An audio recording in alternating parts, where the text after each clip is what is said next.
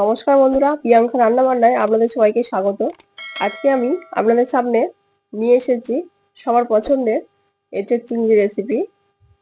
বন্ধুরা, এই গরমে একবার হলেও এইভাবে এঁচোড় চিংড়ি বানিয়ে দেখবেন, খুব ভালো লাগবে, মাংসকেও হার মানাবে।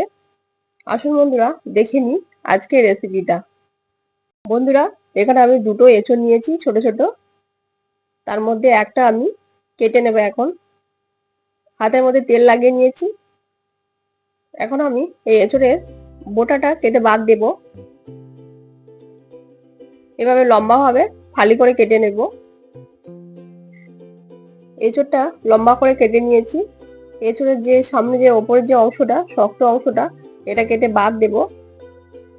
ওপরের যে শক্ত অংশটা, এটা সিদ্ধ হয় না, তাই এটা আমি কেটে বাদ দেব। আর পিছনে যে খোসাটা খুব ভালো করে ছাড়িয়ে নেব। দেখুন বন্ধুরা, সবগুলো এঁচোড় কেটে নিয়েছি। এইভাবে পিস করে কেটে নিয়েছি, এরকম ভাবে মাঝারি পিস রেখেছি, বেশি বড় না বেশি ছোট না। এভাবে কেটে নিয়েছি সবগুলো এঁচোড়। এখন একটা পাত্রের মধ্যে জল নিয়েছি। এঁচোড়টা জলের মধ্যে ভিজিয়ে রেখে দেবো কিছুক্ষণ। এঁচোড়টা কেটে সঙ্গে সঙ্গে জলে ডুবিয়ে রাখবেন, না হলে কালো হয়ে যায়। আমি এভাবে কিছুক্ষণ জলে ডুবিয়ে রাখবো। বন্ধুরা, এখানে আমি চিংড়ি নিয়েছি, এরকম সাইজের বড় বড় চিংড়ি নিয়েছি। চিংড়িগুলো ভালো করে ধুয়ে পরিষ্কার করে নিয়েছি। এখন আমি চিংড়িগুলোকে কেটে নেব। চিংড়ি মাছগুলো কেটে নিয়ে ফিরে এলাম। চিংড়ি মাছের পিঠের দিকে একটা কালো সুতোর মতো অংশ থাকে, সেটা আমি এখন বাদ দেব। এভাবে ছুরি দিয়ে একটু কেটে নিয়ে মাঝখানে কালো সুতোর মতো একটা অংশ থাকে, এইটা আমি এখন বাদ দিয়ে দেবো। এই দেখুন বন্ধুরা, কালো সুতোর মতো অংশটা অবশ্যই বাদ দেবেন, এটা খেলে পেটের সমস্যা হয়, এটা বাদ দিয়ে দেবেন। এভাবে সবগুলো চিংড়ি পিঠের দিকে অংশটা কেটে কালো সুতোর মতো একটা অংশ থাকে, এটা বাদ দিয়ে দেব। এই অংশটা বাদ দিয়ে দেব। দেখুন, কালো সুতোর মতো একটা অংশ বেরিয়েছে, এটা বাদ দিয়ে দেব। এখন চিংড়ি মাছগুলো ম্যারিনেট করে নেব। তার জন্য দিয়ে দেবো লবণ, দিয়ে দেবো হলুদের গুঁড়ো, আর দিয়ে দেবো একটু সামান্য লঙ্কা গুঁড়ো, দিয়ে খুব ভালো করে চিংড়ি মাছগুলো মেখে ম্যারিনেট করে রেখে দেব। আলুটা আমি এইভাবে কেটে নিয়েছি, একটা বড় আলু 4 পিস করে কেটে নিয়েছি। পেঁয়াজ, লঙ্কা কুচি, টমেটো পেস্ট, আদা রসুনের পেস্ট নিয়েছি, টমেটো পেস্ট, পেঁয়াজ লঙ্কা কুচি নিয়েছি। এখন কড়াইতে জল দিয়ে দিয়েছি। জলটা গরম করে এখন দিয়ে দেবো লবণ হাফ চামচ, দিয়ে দেবো হলুদের গুঁড়ো। খুব ভালো করে মিশিয়ে নেব জলের সাথে লবণ আর হলুদটা। এখন দিয়ে দেব এঁচোড়টা আমি সিদ্ধ বসিয়ে দেব ঢাকা দিয়ে, কিছুক্ষণ সিদ্ধ করে নেব। কিছুক্ষণ পরে দেখুন এঁচোড়টা আধা সিদ্ধ হয়ে গেছে, বেশি সিদ্ধ করব না। এখন একটা ছামটা দিয়ে এঁচোড়গুলো ছেঁকে নেব। এঁচোড়গুলো ছেঁকে একটা থালার মধ্যে তুলে নিচ্ছি। সবগুলো এঁচোড় ভালো করে জল ঝরিয়ে ছেঁকে নিয়েছি।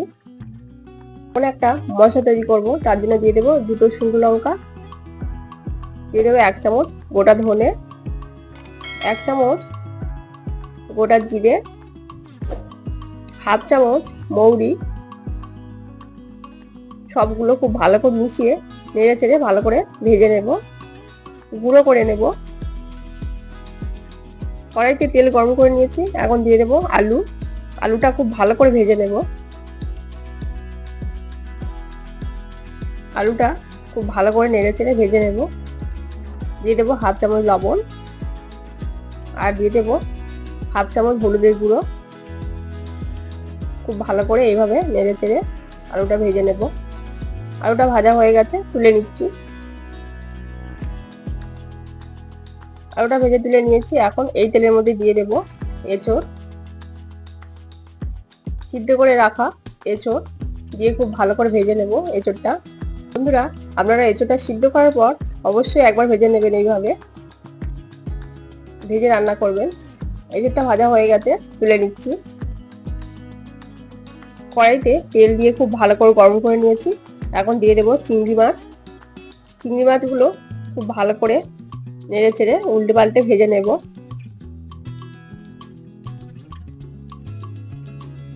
চিংড়ি মাছগুলো ভাজা হয়ে গেছে প্রায়। আর একটু নেড়ে চেড়ে নেব। এখন আমি চিংড়ি মাছগুলো তুলে নিচ্ছি একটা প্লেটের মধ্যে। চিংড়ি মাছটা ভেজে তুলে নিয়েছি। এখন এই তেলের মধ্যে দিয়ে দেব শুকনো লঙ্কা, দুটো শুকনো লঙ্কা, দিয়ে দেবো গোলমরিচ, গোটা গোলমরিচ, গরম মশলা আর তেজপাতা দুটো। সবগুলো আমি ফোড়নে দিয়ে ব্যবহার করলাম। এভাবে নেড়ে চেড়ে ভালো করে ফোড়নটা ভেজে নেব। কিছুক্ষণ ভাজার পরে এখন দিয়ে দেবো পেঁয়াজ লঙ্কা কুচি। পেঁয়াজ লঙ্কাটা এভাবে নেড়ে চেড়ে কিছুক্ষণ ভেজে নেব লাল লাল করে। পেঁয়াজটা খুব ভালো করে ভেজে নিয়েছি।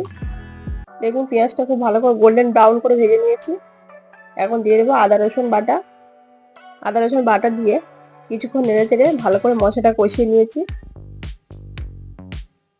এবার নেড়ে চেড়ে মশলাটা কষিয়ে নিয়েছি। এখন দিয়ে দেবো টমেটো পেস্ট। টমেটোটা দিয়ে আবারও নেড়ে চেড়ে মশলাটা ভালো করে কষিয়ে নেব। দিয়ে দেবো হাফ চামচ লবণ, দিয়ে দেবো হাফ চামচ হলুদের গুঁড়ো, 1 চামচ লঙ্কা গুঁড়ো, 1 চামচ ধনে গুঁড়ো, 1 চামচ জিরে গুঁড়ো। সবগুলো মশলা খুব ভালো করে মিশিয়ে নেব। কাশ্মীরি লাল লঙ্কার গুঁড়ো দিয়ে দেবো 1 চামচ। সবগুলো মশলা নেড়ে চেড়ে খুব ভালো করে মিশিয়ে নেব। আর এই গুঁড়ো মশলাটা যাতে নিচে না লেগে যায় তার জন্য একটু সামান্য জল দিয়ে দেবো। জল দিয়ে মশলাটা ভালো করে কষিয়ে নেব। মশলাটা কিছুক্ষণ ঢাকা দিয়ে কষিয়ে নেব। কিছুক্ষণ পরে ফিরে এলাম। দেখুন মশলা থেকে তেল ছেড়ে দিয়েছে। মশলাটা খুব ভালো করে কষানো হয়ে গেছে। মশলা থেকে তেল ছেড়ে দিয়েছে। এখন আমি দিয়ে দেবো ভেজে রাখা আলু। ভেজে রাখা আলুগুলো দিয়ে মশলার সাথে খুব ভালো করে মিশিয়ে আরো কিছুক্ষণ আলুটা কষিয়ে নেব। আলুটা কষানো হয়ে গেলে এখন দিয়ে দেবো ভেজে রাখা এঁচোড়। এঁচোড়টা দিয়ে আবারও আলু আর মশলার সাথে ভালো করে কষিয়ে নেব। এভাবে নেড়ে চেড়ে খুব ভালো করে কষিয়ে নেব। এখন দিয়ে দেবো চিনি।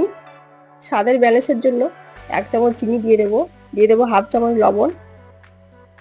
দিয়ে খুব ভালো করে নেড়ে চেড়ে মিশিয়ে আবারও মশলাটা খুব ভালো করে কষিয়ে নেব।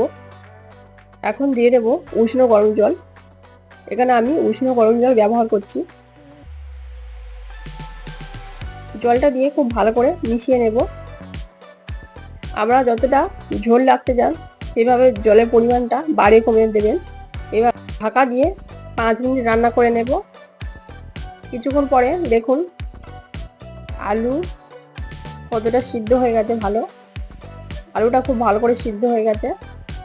আর এঁচোড়টাও খুব ভালো সিদ্ধ হয়ে গেছে। এঁচোড়টাও দেখুন কত সুন্দর সিদ্ধ হয়ে গেছে। এখন আমি এর মধ্যে দিয়ে দেবো ভেজে রাখা চিংড়ি মাছ। চিংড়ি মাছগুলো দিয়ে গ্রেভির সাথে খুব ভালো করে মিশিয়ে দেব। খুব ভালো করে গ্রেভির সাথে মিশিয়ে দেব।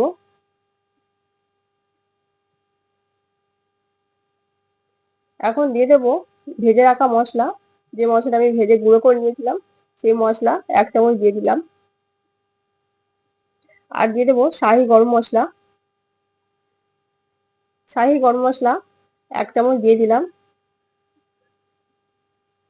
আর ওপর থেকে কয়েকটা কাঁচা লঙ্কা দিয়ে দেবো। কাঁচা লঙ্কা ওপর থেকে কয়েকটা দিয়ে দিলাম। খুব ভালো করে গ্রেভির সাথে মিশিয়ে নেব মশলাগুলো। দেখুন বন্ধুরা তৈরি হয়ে গেল এঁচোড় চিংড়ি। বন্ধুরা আপনারা এই গরমের মধ্যে এই এঁচোড়ের সিজনে একবার হলেও এঁচোড় চিংড়ি এবার বাড়িতে বানিয়ে নেবেন। এইভাবে বানালে খুব দারুণ টেস্ট হবে। বন্ধুরা এঁচোড় চিংড়ি কেমন লাগলো কমেন্ট করে আমাকে অবশ্যই জানাবেন।